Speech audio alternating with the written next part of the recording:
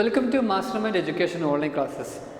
നമ്മളിവിടെ ഇന്നെടുക്കാൻ പോകുന്നത് എക്കണോമിക്സിൻ്റെ ബ്ലോക്ക് 1 യൂണിറ്റ് 1 ഒരു ഏരിയയിൽ നമ്മൾ എടുക്കാൻ പോകുന്നത്. നമ്മളതിൽ ഒരുപാട് കാര്യം ഡിസ്കഷൻ ചെയ്തിട്ടുണ്ട് എക്കണോമിക്സിനെ കുറിച്ചിട്ട്. എന്നാൽ ഓരോ പ്രമുഖന്മാരും ഒരുപാട് എക്കണോമിക്സ് ഉണ്ട്. ആരായിരുന്നു നമ്മുടെ മുൻ എക്കണോമിസ്റ്റ് നമ്മുടെ ഇന്ത്യയിൽ ഭരിച്ചിരുന്നത്? മൻമോഹൻ സിംഗ്. അദ്ദേഹം ഇന്ത്യയിലൊരു പ്രധാനമന്ത്രിയായിരുന്നു ഒരു കാലഘട്ടത്തിൽ. അദ്ദേഹം ഒരു എക്കണോമിസ്റ്റാണ്. നമ്മൾ എക്കണോമിക്സ് എന്ന് പറയുന്ന സംഭവത്തിൽ ഒരു എക്കണോമിസ്റ്റ് ഉണ്ട്, അല്ലെങ്കിൽ ഒരു എക്കണോമിക്സ് സാമ്പത്തിക ഇടപാട് നടത്തുന്ന ഒരു മന്ത്രിയും അല്ലെങ്കിൽ ഒരു പ്രധാനമന്ത്രിയും, അല്ലെങ്കിൽ നമ്മളെന്താ പറയുക പ്രധാനമന്ത്രിയുടെ സെൻട്രൽ ഗവൺമെൻറ്റിലും അതുപോലെ തന്നെ കേരള ഗവൺമെൻറ്റിലും എന്തുണ്ട് ഒരു എക്കണോമിക്സ് നടത്തി ഡീൽ ചെയ്യുന്ന ഒരാളുണ്ടാവും. അപ്പോൾ ഒരു ജാക്കബ് വീനർ എന്ന് പറഞ്ഞ അദ്ദേഹം എക്കണോമിസ്റ്റാണ്. അദ്ദേഹം പറഞ്ഞിട്ടുള്ള എന്താണ് എക്കണോമിക്സിൻ്റെ ഡെഫിനിഷൻ എന്താണ്? Economy is what economics do. എന്താണ് എക്കണോമിക്സ് എന്ന് പറയുന്നത്? എക്കണോമിക്സ് എന്താണ് ചെയ്യുന്നത് അത് തന്നെയാണ് എക്കണോമിക്സ്. നമ്മൾ പറഞ്ഞ പ്രൊഡക്ഷനും ഡിസ്ട്രിബ്യൂഷനും കാര്യങ്ങളൊക്കെ തന്നെയാണ് ഇതിൽ ഉൾപ്പെടുന്നത്. അത് അദ്ദേഹം ഷോർട്ടാക്കി പറഞ്ഞത് മാത്രം. ഇനി സ്കേഴ്സിറ്റി ഡെഫിനിഷൻ, ഒരു സ്കേഴ്സിറ്റി ആയിട്ട് ഡെഫിനിഷൻ പറഞ്ഞ ലയണൽ റോബിൻസ്. ലയണൽ റോബിൻസ് എന്ന ഒരു എക്കണോമിസ്റ്റ് തന്നെയാണ്. അദ്ദേഹം പറഞ്ഞ ഒരു ഡെഫിനിഷനാണ് ഇവിടെ scarcity. The 3 important postulates of the scarcity definition are in the following. ഒരു 3 ഇമ്പോർട്ടൻസ് സ്കേഴ്സിറ്റി പ്രോബ്ലംസ് അദ്ദേഹം പറയുന്നുണ്ട്. ഒന്ന്, human vans R unlimited.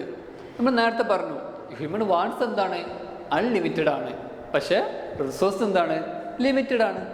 When one want is met and new one merge. ഒന്ന് ഉണ്ടാക്കണമെങ്കിൽ മറ്റൊന്ന് എന്താണ്? എല്ലാവർക്കും അൺലിമിറ്റഡ് വാൻസ് ആണ്, ഹ്യൂമൻ വാൻസ് ആണ്. പക്ഷേ അവന് ഒന്ന് കൊടുക്കണമെങ്കിൽ മറ്റൊന്ന് എന്ത് ചെയ്യണം? ഒന്ന് ഇൻക്രീസ് ചെയ്യണമെങ്കിൽ മറ്റൊന്ന് ഡിക്രീസ് ചെയ്യണം. അതാണ് ഇവിടെ പറയുന്നത്. പിന്നെന്താണ് രണ്ടാമത്തെ കാര്യം? Resource are limited. നമ്മൾ പറഞ്ഞ റിസോഴ്സ് എന്താണ്? കുറവാണ്. അതുകൊണ്ട് തന്നെ എന്ത് ചെയ്യണം? Resource are few compare to what people demand. എന്താണ് പീപ്പിൾ ഡിമാൻഡ് ചെയ്യുന്നത്? ജനങ്ങൾ എന്തൊക്കെയാണ് ഡിമാൻഡ് ചെയ്യുന്നത് അതിനനുസരിച്ച് റിസോഴ്സുകൾ ജനങ്ങൾ എന്താണ് ആവശ്യം, ഡിമാൻഡ് പറഞ്ഞ ആവശ്യം എന്തൊക്കെയാണ് ആവശ്യപ്പെടുന്നത് അതിനനുസരിച്ച് നമ്മൾ ജനങ്ങൾക്ക് ചെയ്ത് കൊടുക്കുക എന്നുള്ളതാണ്. റിസോഴ്സ് ആർ ലിമിറ്റഡ് ആണ്. ഇപ്പം ജനങ്ങളുടെ ആവശ്യപ്രകാരം നമ്മൾ എന്ത് ചെയ്യുന്നു? റിസോഴ്സുകൾ ഗവൺമെൻറ് തരുന്നു. പിന്നെ പറയുന്നത് എന്താണ്? മൂന്നാമത്തെ point, resource have alternate uses. The issue of allocation arise because the resource can be employed for a variety of objectives. ഓരോ വ്യക്തികൾക്കും ഒരുപാട് ഇഷ്യൂസുകളുണ്ട്, ഓരോ വ്യക്തികൾക്കും ഒരുപാട് ലക്ഷ്യങ്ങളുണ്ട്. പക്ഷേ അതൊക്കെ ആൾട്ടർനേറ്റീവായിട്ട് എങ്ങനെ അത് ഉപയോഗിക്കണം, ഓരോ വ്യക്തിയുടെയും പ്രശ്നങ്ങളും ഓരോ വ്യക്തിയുടെ ലക്ഷ്യങ്ങളൊക്കെ നമുക്ക് എങ്ങനെയാണ് ഉപയോഗിക്കേണ്ടത്, നമ്മൾ റിക്വസ്റ്റ് അല്ലെങ്കിൽ നമ്മൾ കമാൻഡ് ചെയ്യുന്നതനുസരിച്ചാണ് എന്ത് ചെയ്യുന്നത് നമുക്കതിൻ്റെ ഉപയോഗം കിട്ടുന്നത്. അതാണ് 3 പോയിന്റുകൾ ലയണൽ റോബിൻസ് പറഞ്ഞിട്ടുള്ളത്. ഇനി ഗ്രോത്ത് ഡെഫിനിഷൻ, പോൾ സാമുൽസന്റെ ഒരു വളർച്ചയെക്കുറിച്ച് പറഞ്ഞിട്ടുണ്ട്. എക്കണോമിക്സിൻ്റെ വളർച്ച, ഗ്രോത്ത് എന്ന് പറഞ്ഞാൽ വളർച്ചയാണ്. അതിൽ പോൾ സാമുൽസൺ പറഞ്ഞിട്ടുള്ള സംഭവമാണ് ഇവിടെ വിശദീകരിക്കുന്നത്. Economics is the study of how men and the society end up choosing with or without the use of money. പണം ഉപയോഗിക്കുകയാണെങ്കിലും ഉപയോഗിക്കാതെയും ഏത് രീതിയിലാണെങ്കിലും നമ്മൾ എങ്ങനെയാണ് എക്കണോമിക്സ് സ്റ്റഡി പഠിക്കുന്നത്? ഒരു സമൂഹമാണെങ്കിലും മനുഷ്യനാണെങ്കിലും നമ്മൾ എങ്ങനെയാണ് അത് ചൂസ് ചെയ്യുന്നതനുസരിച്ചാണ് നമുക്ക് ചൂസ് ചെയ്യാം. എങ്ങനെ? To employ scarce productive resource that could have alternative uses to produce various commodity and distribute them for consumption. നമുക്ക് മനുഷ്യന് എന്ത് ചെയ്യാം, അതുപോലെ സൊസൈറ്റിക്ക് എന്ത് ചെയ്യാം, അവരുടേതായിട്ടുള്ള പണം അനുസരിച്ച് നമുക്ക് അവരുടെ റിസോഴ്സുകൾ നമുക്ക് എന്ത് ചെയ്യാം വാങ്ങാം. നമ്മൾ ഒരുപാട് പ്രൊഡക്ഷൻ നമ്മൾ വാങ്ങാറില്ലല്ലോ. കേട് വരുന്ന വസ്തുക്കൾ നമ്മൾ ലിമിറ്റഡ് ആയിട്ട് നമ്മൾ വാങ്ങാറുള്ളൂ. കാരണം എന്താണ്? അത് നമുക്ക് നമ്മുടെ പണം നഷ്ടപ്പെടുത്തുന്ന കാര്യമാണ്. അതുകൊണ്ട് തന്നെ സൊസൈറ്റി അതുപോലെ തന്നെ കേട് വരുന്ന സാധനങ്ങൾ എന്തല്ല അവർ കൊടുക്കാറില്ല. അതുപോലെ തന്നെയാണ് ഇവിടെ എന്ത് ചെയ്യുന്നത്? റിസോഴ്സുകൾ എങ്ങനെയാണ് നമുക്ക് ഉപയോഗിക്കേണ്ടത്? അത് ലിമിറ്റഡ് ആണോ? നമുക്ക് അൺലിമിറ്റഡ് സാധനങ്ങളൊക്കെ നമ്മൾ ഗ്യാരണ്ടിയിൽ ഇത്ര വർഷം വാറന്റിയുള്ള സാധനമൊക്കെ നമ്മൾ എന്ത് ചെയ്യും? വാങ്ങും. അതൊക്കെ നമുക്ക് വാങ്ങുന്നതിൽ ലിമിറ്റഡ് ആയിരിക്കും. പക്ഷെ നമുക്ക് നിത്യമായിട്ട് ഉപയോഗിക്കേണ്ട കാര്യം നമ്മൾ പറഞ്ഞ ഫുഡ്, ക്ലോത്ത്, അതുപോലെ തന്നെ നമ്മൾ എന്താണ് പറയുന്നത്, പിന്നെ ഷെൽട്ടർ, നിത്യമായിട്ട് ഉപയോഗിക്കേണ്ട കാര്യം. ഫുഡൊക്കെ നമ്മൾ എന്ത് വാങ്ങേണ്ടതാണ് എന്ന് നമുക്ക് ചെയ്യേണ്ട കാര്യങ്ങളാണ്. അതാണ് പോൾ സാമുൽസൺ എന്ന് പറഞ്ഞ എക്കണോമിക്സിൻ്റെ വളർച്ചയെക്കുറിച്ച് പറയുന്നത്. പിന്നെ എന്താണ് സ്കോപ്പ് ഓഫ് എക്കണോമിക്സ്? നമുക്ക് ഒരുപാട് സ്കോപ്പുകളുണ്ട് എക്കണോമിക്സിന്. അത് ഒരുപാട് ലെവലുകളുണ്ട് എക്കണോമിക്സിന്. ഒന്നാമത്തെ എന്താണ്? Micro economics. മൈക്രോ എക്കണോമിക്സ് എന്ന് പറയുന്നത് എന്താണ്? നമ്മൾ സ്വന്തം എടുക്കുന്ന തീരുമാനമാണ്. ഇൻഡിവിജ്വൽ എക്കണോമിക്സ് എന്ന് പറയുന്നത് ഷോർട്ടായിട്ട് ഇൻഡിവിജ്വൽ എക്കണോമിക്സ് ഏജന്റ് എന്ന് പറയുന്നു. എന്നാൽ രണ്ടാമത്തെ കൺസെപ്റ്റ് എന്താണ്? Macro economics. മാക്രോമിക്സ് ആര് ഡീൽ ചെയ്യുന്നതാണ്? ഇത് economics as a whole society deal ചെയ്യുന്നതാണ്. ഒരു 2 സാധനങ്ങളോ ഒരു സാധനം മാത്രം നമ്മൾ ഒരു ഏരിയ മാത്രം നമ്മൾ കവർ ചെയ്യുന്നുള്ളെങ്കിലും മൈക്രോ എക്കണോമിക്സ് ആണ്. എന്നാൽ സമൂഹത്തിൽ അല്ലെങ്കിൽ ഒരു മൊത്തത്തിൽ മൊത്തത്തിലൊരു പഞ്ചായത്തിൽ അല്ലെങ്കിൽ സമൂഹത്തിൽ മൊത്തം ചെയ്യുകയാണെങ്കിൽ അത് എന്താണ്, അത് മാക്രോ എക്കണോമിക്സ് ആണ്. പിന്നെ പറയുന്നത് എന്താണ്, പബ്ലിക് എക്കണോമിക്സ് ആണ്. എന്താ പൊതുവായിട്ടുള്ള എക്കണോമിക്സ്, സാമ്പത്തികം എന്താണ് പറയുന്നത്, this area of economics focus on the role of the government. Public ആര് റോൾ ചെയ്യുന്നത്, private government, private area, public area. നമുക്ക് എന്തെന്ന് പ്രൈവറ്റ് എന്ന് പറയുന്നത് നമ്മളുടേതായിട്ടുള്ള ഏരിയ ആണ്. മറ്റ് പബ്ലിക് കാരണം എന്താണ്, ആരുടെ പങ്കാണ് അവിടെ ഉണ്ടാവുക, ഗവൺമെൻറ്റിൻ്റെ പങ്കാണ് അവിടെ ഉണ്ടാവുക. കാരണം എന്താണ്, ഓരോ ഗവൺമെൻറ് പങ്കിൽ എന്തുണ്ട്, അവിടെ ടാക്സ് ഉണ്ട്. ഗവൺമെൻറ് ഏറ്റവും വലിയ വരുമാനത്തിൻ്റെ മാർഗം എന്താണ്, അവരുടെ പിന്നിലുള്ള മാർഗം എന്താണ്, ടാക്സ് ആണ്. പ്രൊഡക്ഷൻ നടത്തുമ്പോൾ അതിനൊക്കെ ഓരോ റിസോഴ്സ് അലോക്കേറ്റ് ചെയ്യുമ്പോൾ അവിടെ എന്ത് ചെയ്യുന്നുണ്ട്, എല്ലാ ഗുഡ്സിനും സർവീസിനൊക്കെ അവിടെ എന്തുണ്ട്, taxation our ഈടാക്കുന്നുണ്ട്.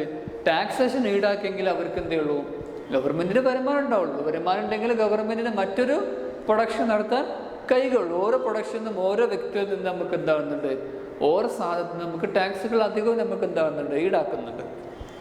Example education, health care and infrastructure. പഠനപരമായിട്ട് കാര്യങ്ങളായാലും അതുപോലെ തന്നെ നമുക്ക് ഇൻഫ്രാസ്ട്രക്ചർ ആയാലും ഹെൽത്ത് കെയർ മറ്റുള്ള കാര്യങ്ങളായാലും നമുക്ക് എന്തുണ്ട്, ചെയ്യുന്നുണ്ട്. പിന്നെ പറയുന്ന കൺസെപ്റ്റ് എന്താണ്, ഇൻ്റർനാഷണൽ എക്കണോമിക്സ്. എന്താണ് ഇൻ്റർനാഷണൽ, നമ്മുടെ സൊസൈറ്റി എന്ന് പറയുന്നത് സാധാ ഒരു സംഭവമാണ്. ഇന്ന് ഇൻ്റർനാഷണൽ ലോകമെമ്പാടും എടുക്കുകയാണെങ്കിൽ എക്കണോമിക്സ് നമുക്ക് എങ്ങനെ പറയാം, international economy exam the economic interaction between countries. ഓരോ രാജ്യത്തും തമ്മിലുള്ള എക്കണോമിക്സ് ആണ്. എല്ലാ രാജ്യത്തും ഒരുപോലെ ആവില്ല എക്കണോമിക്സ്, അത് വ്യത്യസ്തമായിരിക്കും. ചിലത് പ്രൈവറ്റ് എക്കണോമി ആയിരിക്കും, ചിലത് പബ്ലിക് എക്കണോമി ആയിരിക്കും. ബിറ്റ്വീൻ കൺട്രീസ് തമ്മിലുള്ളതാണ് ഇൻ്റർനാഷണൽ. എന്തൊക്കെയാണ് അവർ മെയിനായിട്ട് വരിക, ട്രേഡ്, എക്സ്ചേഞ്ച് റേറ്റ്. ഓരോ പണത്തിന് മൂല്യം ഓരോ വ്യത്യാസമാണ്. എക്സാമ്പിൾ അമേരിക്കയിലുള്ള മൂല്യമാണോ നമുക്ക് ഇന്ത്യയിൽ, അല്ലല്ലോ, വ്യത്യാസമാണ്. മറ്റുള്ള ഗൾഫ് കൺട്രീസിൻ്റെ മൂല്യം എന്താണ്, ഇന്ത്യയുമായി കമ്പയർ ചെയ്യുമ്പോൾ വ്യത്യാസമാണ്. കുവൈത്ത് ദീനാർ, ഓരോ ഭാഗത്തും നമ്മൾ ഇന്ത്യ റുപ്പീസ് പറയുന്നു, കുവൈത്തിൽ ദീനാർ പറയുന്നു, അതുപോലെ തന്നെ സൗദിയിലൊക്കെ റിയാൽ പറയുന്നു, അങ്ങനെ അമേരിക്കയിൽ ഡോളർ പറയുന്നു, ഒക്കെ എന്താണ് വ്യത്യസ്തമാണ്. അപ്പോൾ എന്ത് ചെയ്യുന്നു, അവിടെ ഇൻ്റർനാഷണൽ എക്കണോമിക്സ് നടത്തുന്നു. പിന്നെ ഡെവലപ്മെൻറ്റ് എക്കണോമിക്സ്. എന്താണ് ഡെവലപ്മെൻറ്റ് എക്കണോമിക്സ് നടത്തുന്നത്, വികസനം നടക്കണം, എന്ത് വേണം, മേലി this field studies the economic growth and development of countries particular in low income regions. എന്തൊക്കെയാണ് മെയിനായിട്ട് പറയുന്നത്, ഡെവലപ്മെൻറ്റ് ചെയ്യണമെങ്കിൽ അവിടെ ഓരോ കൺട്രീസിൻ്റെയും എക്കണോമിക് ഗ്രോത്ത് നോക്കണം. ഓരോ കൺട്രീസും എന്താണ്, 2-3 രീതിയിൽ നമുക്ക് പറയാം. ഒന്ന് ഡെവലപ്ഡ് കൺട്രീസ് ആയിരിക്കും, മറ്റ് അണ്ടർ ഡെവലപ്ഡ് കൺട്രീസ് ആയിരിക്കും, മറ്റത് ലോ ഡെവലപ്ഡ് കൺട്രീസ് ആയിരിക്കും. ചിലപ്പോൾ ലോ ലെവലായിരിക്കും, ചിലപ്പോൾ അതിന് താഴെ ആയിരിക്കും, അല്ലെങ്കിൽ ഡെവലപ്ഡ് കൺട്രീസ് ആയിരിക്കും. ഓരോ രാജ്യങ്ങളും വ്യത്യസ്ത രീതിയിലാണ് കിടക്കുന്നത്. പിന്നെന്താ പറയുക, ലേബർ എക്കണോമിക്സ്. എന്താണ് ലേബർ, തൊഴിലാളിപരമായിട്ടുള്ള എക്കണോമിക്സ് പറയുന്നത് എന്താണ്, it means labour economics focus on the labour market including employment. ലേബറിനെ പറഞ്ഞാൽ നമുക്ക് വേജാണ് മെയിനായിട്ട്. ഒരു എംപ്ലോയ്മെൻറ്റിന് വേജ് കൊടുക്കുക, ഒരു തൊഴിലാളികൾക്ക് എന്താ ചെയ്യുക, അവൻ്റെ പണിയെടുത്താൽ അവൻ്റെ ക്യാഷ് കൊടുക്കുക, അവൻ്റെ സാലറി കൊടുക്കുക, ശമ്പളം കൊടുക്കുക എന്ന് പറയുന്നു. അതാണ് ലേബർ എക്കണോമിക്സ് പറയുന്നത്. പിന്നെ എൻവിറോൺമെൻറ്റൽ എക്കണോമിക്സ്, പിന്നെ പറയുന്നത് 7ാമത്തെ എക്കണോമിക്സ് ആണ്, സ്കോപ്പാണ് എൻവിറോൺമെൻറ്റൽ എക്കണോമിക്സ്. എന്താണ് ഈ ഇതിൽ പറയുന്നത് environment, this area analyse the economics consequences of environment issues such as. എന്തൊക്കെയാണ്, ഒരുപാട് എൻവിറോൺമെൻറ്റ് പരമായിട്ട് ഇഷ്യൂസുകൾ ഉണ്ടാവാറുണ്ട്. എന്തൊക്കെയാണ്, ഒന്ന് പൊല്യൂഷൻസ്, പിന്നെ resource depletion and climate change. ഓരോ വ്യത്യസ്തമായ രീതിയിലുള്ള ക്ലൈമറ്റ് ചേഞ്ചുകൾ ഉണ്ടാവും. അപ്പോൾ അതിൽ ഒരുപാട് പ്രകൃതികളൊക്കെ എന്ത് ചെയ്യുന്നു, നാശനഷ്ടങ്ങൾ സംഭവിക്കുന്നു. ആ നാശനഷ്ടങ്ങൾ സംഭവിക്കുമ്പോൾ അവിടെ നമുക്ക് എങ്ങനെയാണ് എക്കണോമിക്സ് നമ്മൾ അനലൈസ് ചെയ്യേണ്ടത്, അതൊക്കെ നമ്മൾ അനലൈസ് ചെയ്യണം. കാരണം എക്കണോമിക്സ് എന്നുള്ള ഒരു ഡീപ്ലി കൺസെപ്റ്റാണ്. ഇതിലൊക്കെ നമുക്ക് കടന്നു പോകുമ്പോഴാണ് എക്കണോമിക്സിൽ എന്താ ഉള്ളൂ, എക്കണോമിക്സ് നമുക്ക് ഒരു വ്യക്തിക്കോ അല്ലെങ്കിൽ ഒരു സമൂഹത്തിൽ മാത്രം ചെയ്യാൻ പറ്റുന്നല്ല, ഒരുപാട് ഏരിയ കൂടെ കടന്നു പോകുന്നുണ്ട്. അതൊക്കെ നമ്മൾ എന്ത് ചെയ്യണം, അനലൈസ് ചെയ്യണം. അപ്പോൾ അതിൻ്റെ ഓരോ ഭാഗമാണ് മൈക്രോ മാക്രോ ലെവലൊക്കെ നമ്മൾ പറയുന്നത്. അപ്പോൾ ഇവിടെ പറഞ്ഞ എൻവിറോൺമെൻറ്റ് എക്കണോമിക്സ് സച്ച് ആസ് എന്തൊക്കെയാണ്, പൊല്യൂഷൻസ്, ക്ലൈമറ്റ് ചേഞ്ചുകളാണ് പറയുന്നത്. പിന്നെ ബിഹേവിയറൽ എക്കണോമിക്സ്. എന്താണ് ബിഹേവിയറൽ എക്കണോമിക്സ് പറയുന്നത്, പെരുമാറ്റത്തിലുള്ള ഓരോ വ്യക്തിക്കും വ്യത്യസ്തമായിട്ടുള്ള സാമ്പത്തികമാണ്. സമ്പന്നരുണ്ടാവും, പാവപ്പെട്ടവരുണ്ടാവും. അതിനനുസരിച്ച് നമ്മൾ പല ന്യൂസുകളും കാണാറുണ്ടല്ലോ, ഓരോ രോഗപരമായിട്ട് നമുക്ക് സഹായിക്കണം എന്ന് പറഞ്ഞു വരുന്നു. പാവപ്പെട്ടവരുടെ ബിഹേവിയർ എന്താണ്, വ്യത്യസ്തമാണ്. സമ്പന്നരുടെ ബിഹേവിയർ എന്താണ്, മറ്റുള്ള രീതിയിലാണ്. അതാണ് ബിഹേവിയറൽ എക്കണോമിക്സ് പറയുന്നത്. Psychology and economics to study how individual biases and cognitive limitation influence the economic decision making. ഓരോ തീരുമാനം എടുക്കണമെങ്കിൽ അതിൻ്റെ പണം വേണം. പാവപ്പെട്ടവരും സമ്പന്നരും വ്യത്യസ്ത രീതിയിലായിരിക്കും, വ്യത്യസ്ത ഡിസിഷനിലായിരിക്കും അവരെന്ത് ചെയ്യുന്നത്, മുന്നോട്ട് പോകുന്നത്. അവരുടെ ബിഹേവിയറിൽ പെരുമാറ്റത്തിലൊക്കെ എന്തുണ്ടാവും, വ്യത്യസ്തമായിട്ടായിരിക്കും. പിന്നെ ഫിനാൻഷ്യൽ എക്കണോമിക്സ് എന്താണ് ഫിനാൻഷ്യൽ എക്കണോമിക്സ് പറയുന്നത്?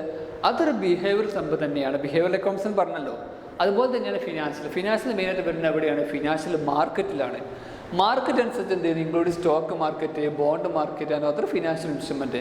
മറ്റു രീതിയിലുള്ള ഫിനാൻഷ്യൽ ഇൻസ്ട്രുമെൻറ്റും സ്റ്റോക്ക് മാർക്കറ്റും ബോണ്ടും ഇതൊക്കെ വരുന്നുണ്ട്.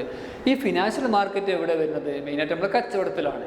ഈ കച്ചവടത്തിൽ നമുക്ക് എന്ത് ചെയ്യുന്നു? ഒരുപാട് കാര്യങ്ങൾ ലാഭവും നഷ്ടവും ഉണ്ടാകുന്നു. ലാഭം വരുമ്പോൾ എന്ത് ചെയ്യുന്നു? നമ്മൾ മറ്റു കച്ചവടങ്ങൾ തുടങ്ങുന്നു.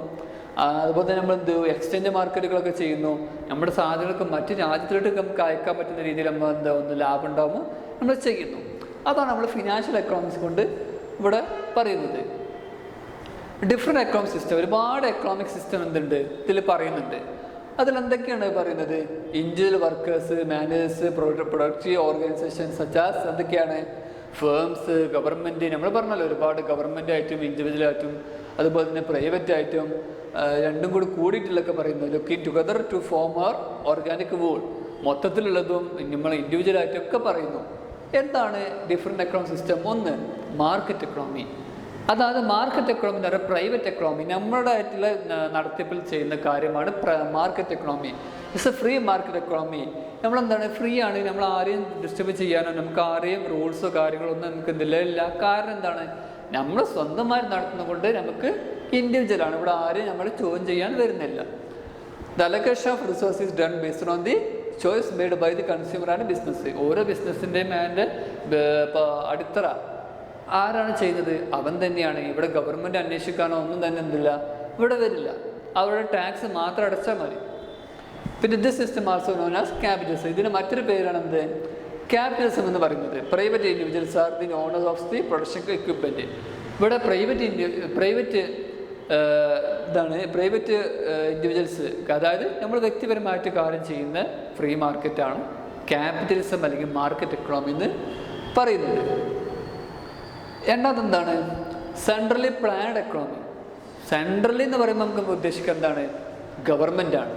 മറ്റത് പ്രൈവറ്റ് ആണ്, ഇത് ഗവൺമെൻറ് ആണ്. ഇവിടെ ഒരുപാട് റൂൾസുകളൊക്കെ ഉണ്ടാവും. ഇവിടെ മാർക്കറ്റ് നമുക്ക് ഗവൺമെൻറ് കീഴിലൊക്കെ നമ്മൾ വർക്ക് ചെയ്യാറുണ്ട്. എക്സാമ്പിൾ നമുക്ക് പറയാം, ഒരു വിദ്യാലയം എടുക്കുകയാണെങ്കിൽ അവിടെ ഒരുപാട് എന്തുണ്ട്? പെർമനൻറ്റ് സ്റ്റാഫുകളൊക്കെ ഉണ്ട്. അതൊക്കെ എന്താണ്? ഗവൺമെൻറ് ആണ്. അവർക്ക് അവരുടേതായിട്ടുള്ള കാര്യത്തിൽ പോകാൻ പറ്റില്ല. അവർക്ക് എന്തുണ്ട്? ഗവൺമെൻറ് റൂൾസും കാര്യങ്ങളൊക്കെ പാലിച്ചിരിക്കണം. അതവിടെ പറയാം. Planned economy is also refer commonly as a command economy or socialist economy. നമ്മൾ നേരത്തെ പറഞ്ഞത് ക്യാപിറ്റലിസ്റ്റ് എക്കണോമി. ഇവിടെ പറയുന്നത് എന്താണ്? Socialist economy.